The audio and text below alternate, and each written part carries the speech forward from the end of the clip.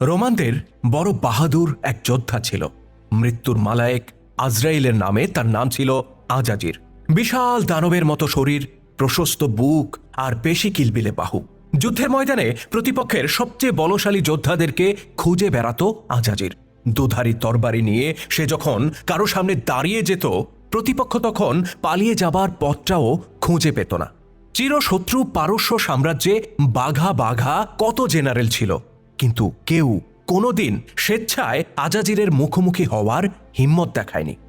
রণাঙ্গনে আজাজির যখন শত্রুর মুখোমুখি হতো, তখন নিজের পরিচয় তুলে ধরে সে বলতো, আমি আজাজির, মৃত্যুর ফেরেস্তার নামে নাম আমার, আমি পারসিকদের ঘাতক, আমি তুর্কিদের মৃত্যুদূত, আমি এই শ্যামের মাটিতে জন্ম নেয়া সর্বশ্রেষ্ঠ যোদ্ধা।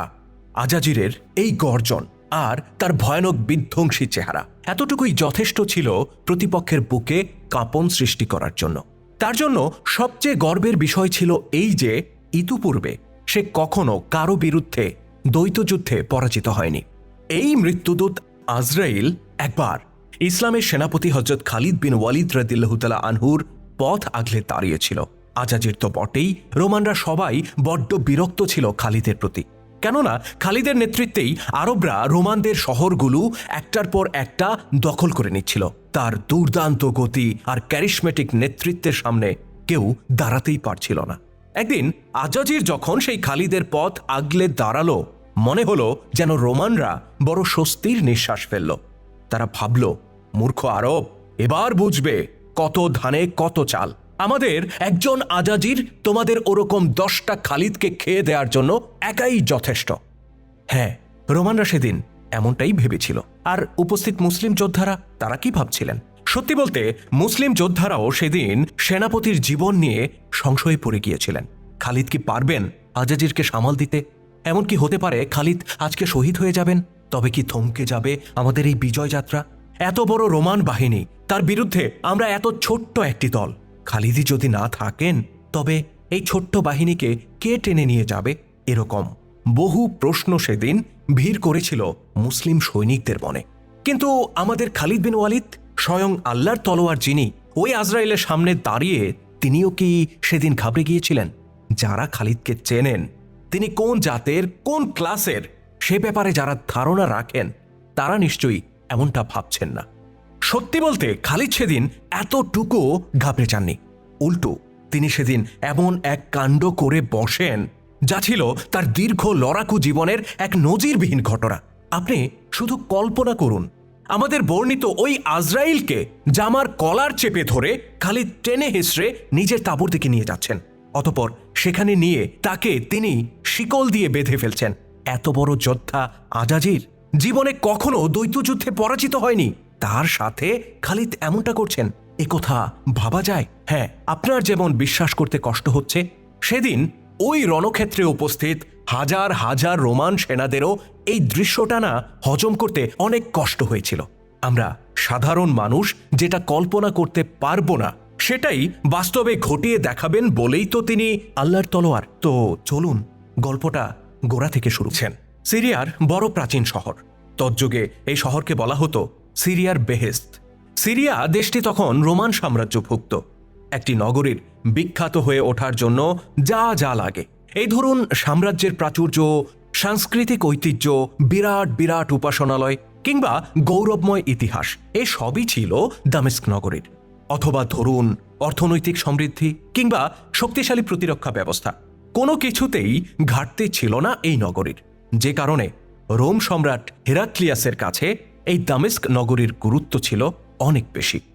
খালিদের নেতৃত্বে মুসলিম বাহিনী যখন সিরিয়ায় প্রবেশ করে, তখন সম্রাট হেরাক্লিয়াস এই দামেস্কের নিরাপত্তা নিয়ে উদ্বিগ্ন হয়ে পড়েন। এরই মধ্যে মুসলিমরা সিরিয়ার বেশ কয়েকটা শহর দখল করে নেয়, আর তাদের গতিবিধি বলে দিচ্ছিল তারা দামেস্কের দিকেই অগ্রসর হচ্ছে।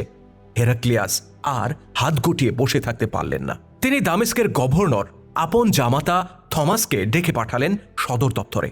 সাথে ডেকে পাঠালেন দামেস্কের প্রশাসন আর প্রতিরক্ষার সাথে জড়িত গুরুত্বপূর্ণ আরো বেশ কয়েকজনকে। হেরাক্লিয়াস তাদের সাথে আলোচনা করলেন, পরামর্শ করলেন এবং শেষমেশ সবাইকে যার যার দায়িত্ব বুঝিয়ে দিলেন।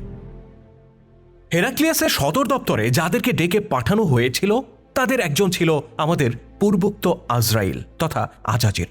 আগে থেকেই দামেস্ক দুর্গের প্রতিরক্ষার মূল দায়িত্ব এই আজাজিরের উপরেই অর্পিত ছিল।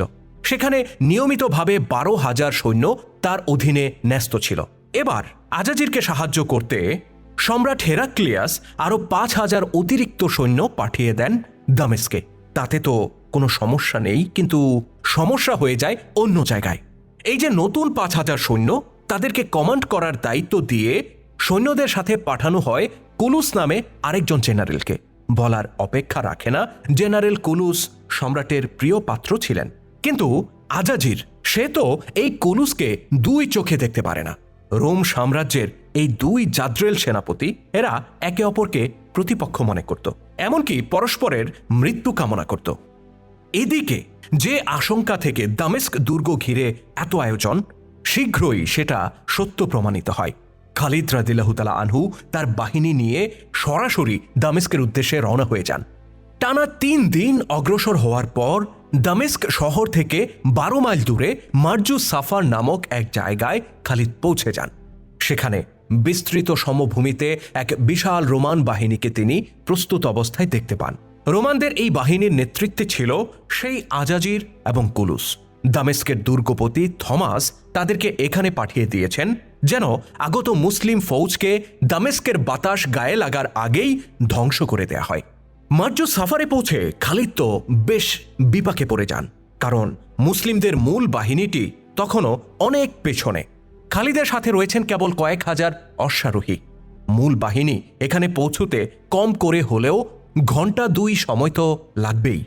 অবশ্য খালিদ ঘাবড়ে যাবার পাত্র মোটেই ছিলেন না। তিনি নিজের সাথে থাকা এই অশ্বারোহী দলের উপর ভরসা করেই ঘন্টা 2 যুদ্ধ চালিয়ে যাবার পরিকল্পনা করেন।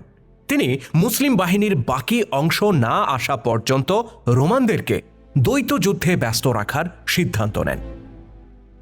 যারা কম বেশি ইতিহাস পড়েছেন তারা জানেন তজ্জুগে দ্বৈত যুদ্ধের ব্যাপক প্রচলন ছিল। প্রতিপক্ষ ছোট হোক কিংবা বড় হোক, দ্বৈত যুদ্ধ ছাড়া সাধারণত মূল যুদ্ধ শুরু হতো না। খালিদ দ্বৈত যুদ্ধের প্রস্তাব দিলে রোমানরা বেশ আনন্দের সাথে রাজি হয়ে যায়, কারণ তাদের মধ্যেও বেশ কিছু সাহসী জেনারেল ও কমান্ডার ছিল। উভয় বাহিনী সারিবদ্ধভাবে দাঁড়িয়ে যায় এই দ্বৈত লড়াই উপভোগ করার উদ্দেশ্যে। খালিদের অশ্বারোহী ইউনিটে অনেক বাহাদুর যোদ্ধা ছিলেন। দিরার ইবনে আজওয়ার, সুরাহবিল বিন হাসানা, আব্দুর রহমান ইবনে আবু বকর, এরকম বেশ কয়েকজন মুসলিম বীর সামনে এগিয়ে আসেন এবং প্রতিপক্ষকে চ্যালেঞ্জ নিক্ষেপ করেন। সেই সামনে অগ্রসর হয় এবং জোড়ায় জোড়ায় যুদ্ধ শুরু হয়। মারজু সাফারের আজকের এই যে দৃশ্যটার কথা আমি বলছি, এমন দৃশ্য এর 2 থেকে 4 বছর আগেও কেউ কল্পনা করতে পারত না। না আরবরা, না রোমানরা। কেন পারত না সে কথা আমি অনেকবার বলেছি। আজকের যুগে সামরিক শক্তিতে মার্কিন যুক্তরাষ্ট্র বা চীন রাশিয়ার সাথে যেমন আমাদের বাংলাদেশের তুলনা চলে না, ঠিক তেমনি তৎকালে রোমানদের সাথে আরবদেরও তুলনা চলত না। আরবরা কখনো কল্পনাও করতে পারত না তারা এই রোমানদের বিরুদ্ধে একদিন অস্ত্র ধারণ করবে। আপনি প্রশ্ন করতে পারেন, আজকে তাহলে আরবরা কোন সাহসে, কোন হিম্মতে পরাশক্তি রোমানদের মুখোমুখি হলো? এই প্রশ্নের উত্তরও আমি বহুবার দিয়েছি। সহজ সরল উত্তর, ইসলাম নামের এক বৈপ্লবিক প্রেরণা আরবদেরকে বদলে দিয়েছিল। ভীরু জাতি হয়ে উঠেছিল দুর্ধর্ষ যোদ্ধা জাতি। বর্বর মরুবাসী আরবরা হয়ে উঠেছিল নতুন সভ্যতার কারিগর।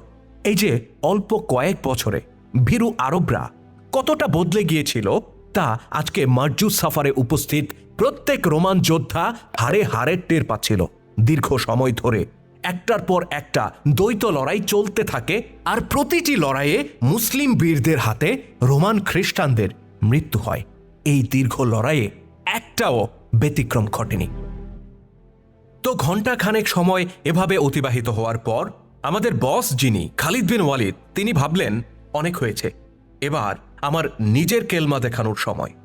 তো খালিদ মুসলিম বীরদেরকে ফিরে আসার নির্দেশ দিলেন এবং নিজে সামনে অগ্রসর হলেন। 2 বাহিনীর মাঝখানে এসে খালিদ গর্জে উঠে বললেন, ওয়ালিদের পুত্র খালিদ আমি। তোমাদের মধ্যে কে আছে যে আমার মোকাবেলা করবে? খালিদকে মোকাবেলা করার উপযুক্ত ব্যক্তি রোমান বাহিনীতে 2 জনই ছিল, আজাজির আর কুলুস। এরই মধ্যে দ্বৈত যুদ্ধে রোমান বীরদের যে পরিণতি হয়েছে তা দেখে বেচারা কুলুস তো ভেতরে ভেতরে বেশ ঘাবড়ে গিয়েছিল। এই অবস্থায় খালিদকে মোকাবেলা করতে সে মোটেও আগ্রহী ছিল না, কিন্তু তার চিরপ্রতিদ্বন্দ্বী আজাজিরের হাজারটা উস্কানিমূলক মন্তব্য এক পর্যায়ে তাকে বাধ্য করে সামনে অগ্রসর হতে। কুলুস সামনে অগ্রসর তো হয়, কিন্তু খালিদের কাছাকাছি যেয়ে অস্ত্র বের না করে বরং সে খালিদের সাথে কথা বলার প্রস্তাব দেয়। খালিদ তাতে কর্ণপাত না করে নিজের বর্শা দিয়ে কুলুসকে একটা সাংঘাতিক আঘাত করেন, কিন্তু কুলুস অস্বাভাবিক ক্ষিপ্রতার সাথে খালিদের এই হামলা প্রতিহত করে। খালিদ তার বর্শা দিয়ে দ্বিতীয়বার আঘাত করলে সেটাও একইভাবে প্রতিহত করে কুলুস। পরপর দুইবার আঘাত ব্যর্থ হওয়ার পর খালিদের মধ্যে একটা জেদ চেপে বসে। তিনি বর্শাটি দূরে ছুঁড়ে ফেলেন এবং কুলুসের খুব কাছাকাছি যেয়ে তার জামার কলার ধরে ফেলেন। অতঃপর এক ঝটকায় তিনি কুলুসকে ঘোড়ার উপর থেকে মাটিতে ছুঁড়ে ফেলে দেন। কুলুস এত বড় জেনারেল, অথচ মাটিতে পড়ে নিথর পড়ে থাকে। হয়তো খালিদের বিরুদ্ধে লড়াই করার যে হিম্মত, সেই হিম্মতটাই সে হারিয়ে ফেলেছিল। এ সময় দুজন মুসলিম সৈনিক এসে কুলুসকে বন্দি করে নিয়ে যায়। কুলুস বন্দি হওয়ায় রোমান সৈনিকেরা তো বেশ মর্মাহত হয়, কিন্তু আজাজির এই ঘটনায় বেজায় খুশি ছিল। সে কামনা করতে থাকে মুসলিমরা যেন কুলুসকে এখনই হত্যা করে ফেলে। এবার সে নিজে সামনে অগ্রসর হয়। খালিদকে পরাজিত করার একটা বড় বাসনা তার মনের মধ্যে ছিল। অতীতে সে বহুবার বহু যুদ্ধে নিজের বাহাদুরি তো দেখিয়েছে, কিন্তু কুলুসও বিভিন্ন রণক্ষেত্রে নিজের যোগ্যতা প্রমাণ করেছে, যে কারণে সম্রাট তাদের দুজনকেই সমান গুরুত্ব দিতেন। আজকে নিজের হাতে খালিদকে পরাজিত করে আজাজির নিজের শ্রেষ্ঠত্ব প্রমাণ করতে বেকুল হয়ে আছে। আজাজির ছিল খুব ঠান্ডা মাথার যোদ্ধা। সে সামনে অগ্রসর হয়ে প্রথমে মুসলিম কমান্ডারের সাথে কিছুটা তামাশা করতে চায়। সে খালিদের থেকে খানিকটা দূরে থেমে গিয়ে কৌতুকের সুরে বলে, ওহে আরব ভ্রাতা, দূরে দাঁড়িয়ে কেন? এসো, সামনে এসো, আমি তোমাকে কিছু প্রশ্ন করতে চাই। এদিকে আমাদের খালিদ, তিনি তো রসিকতা করার লোক ছিলেন না। তিনি ঝাঁজের সাথে বলেন, ওহে আল্লাহর শত্রু, তুমিই বরং আমার কাছে আসো। আমাকেই যদি আসতে হয় তাহলে আমি তো তোমার কাছে যে কোনো প্রশ্নের জবাব দেব না, আমি বরং তোমার মাথাটা মাটিতে ফেলে দেব। আজাজির এই উত্তর শুনে বেশ কিছুটা সময় বিস্ময় ভরা চোখে খালিদের দিকে তাকিয়ে থাকে। অতঃপর নিজের ঘোড়া আগে বাড়িয়ে সে দ্বৈত যুদ্ধের দূরত্বে গিয়ে দাঁড়ায়। গম্ভীর কণ্ঠে আজাজির বলে, ওহে আরব, আমাকে বলো তো, কি কারণে তুমি আমার সাথে যুদ্ধে অবতীর্ণ হয়েছ? তোমার কি এই ভয় হয় না যে আমি তোমাকে হত্যা করে ফেললে তোমার বাহিনী নেতৃত্বহারা হয়ে পড়বে? খালিদ বলেন, তুমি ইতিমধ্যে আমার সহযোদ্ধাদের দক্ষতা নিজের চোখে দেখেছ।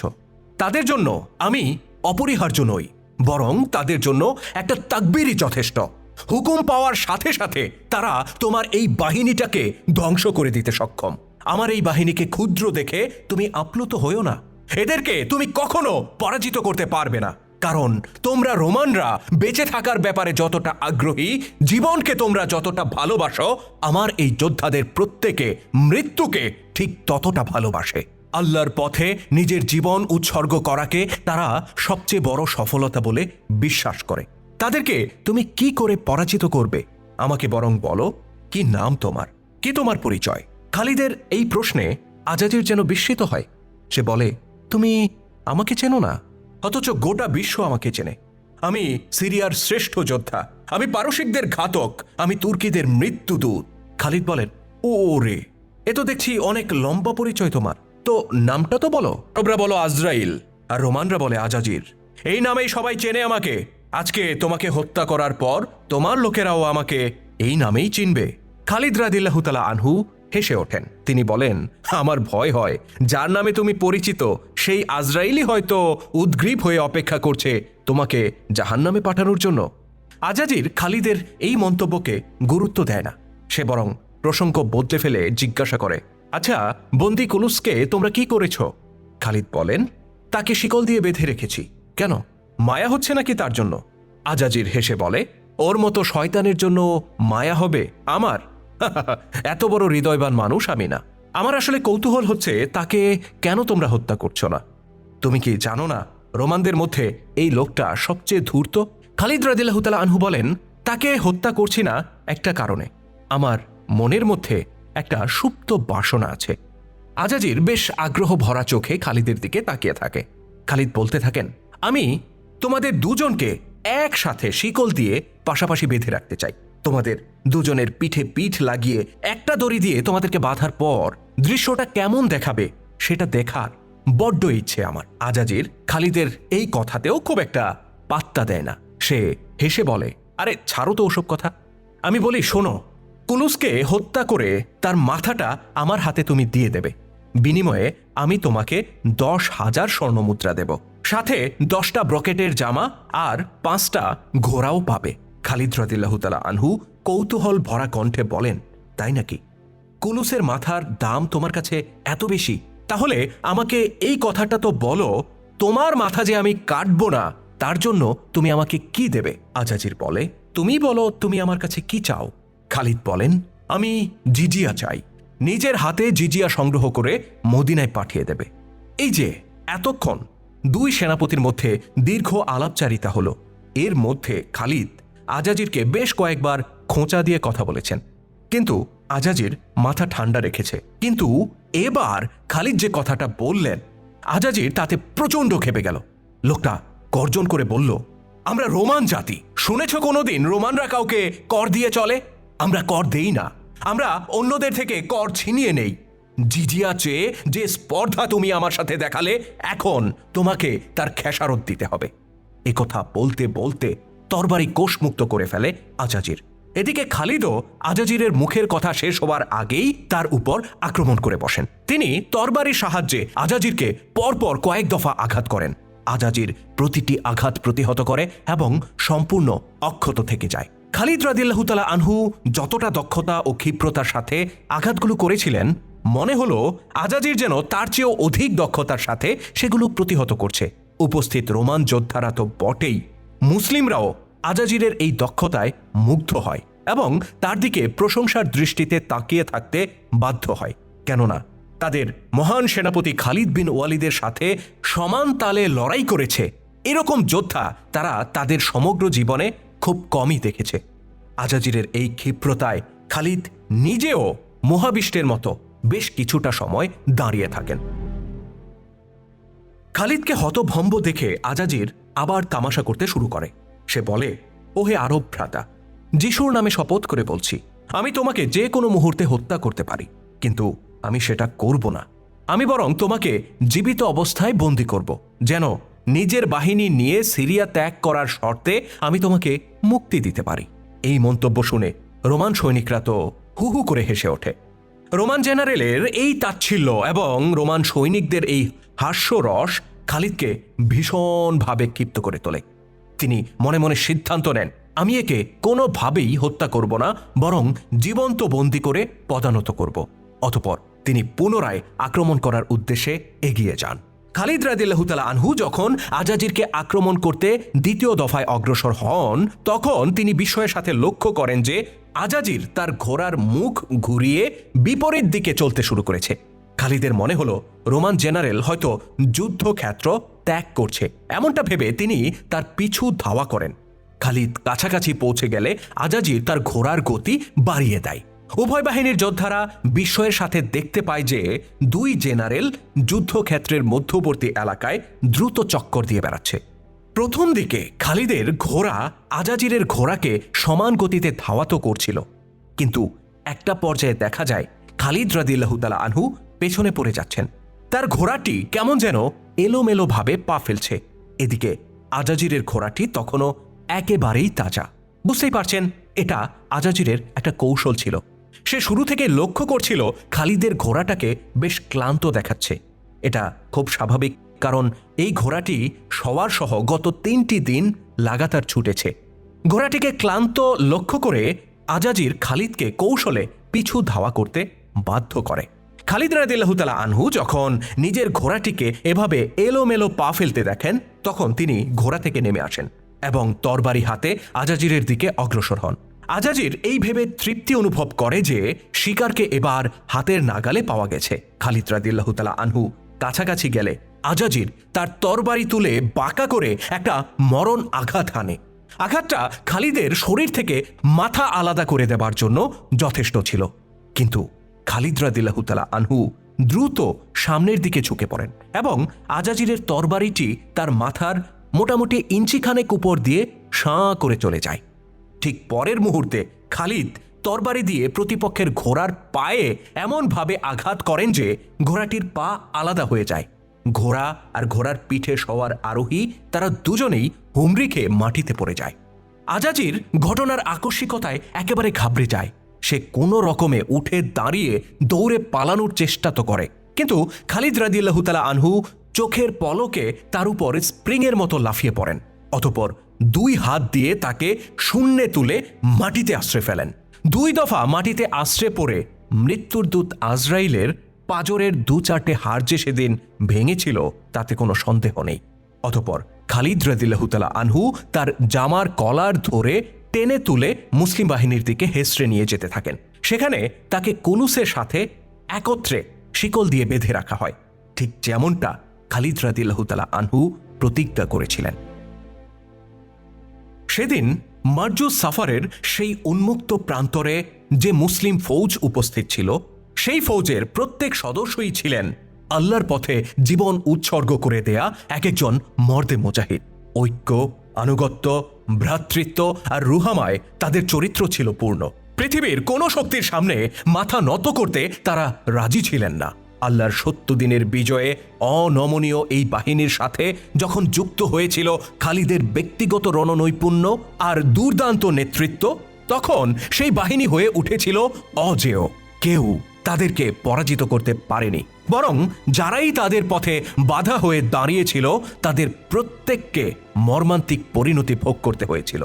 সেদিন মারজুস সাফারে সেই তথাকথিত আজরাইল ও তার অনুসারীদের ক্ষেত্রেও ব্যতিক্রম কিছু ঘটেনি।